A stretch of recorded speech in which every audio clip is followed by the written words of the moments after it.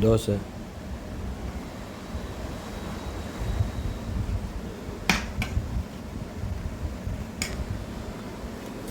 PRAN fry.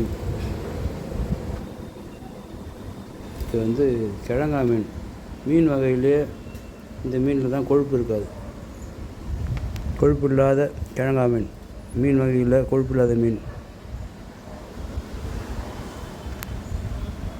Okay, அவங்க சாப்பிட்லாம்.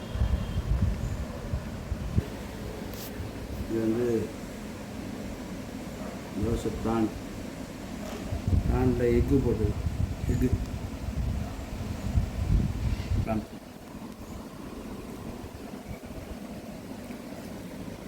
இந்த மீன் வந்து கிழங்கா மீன்.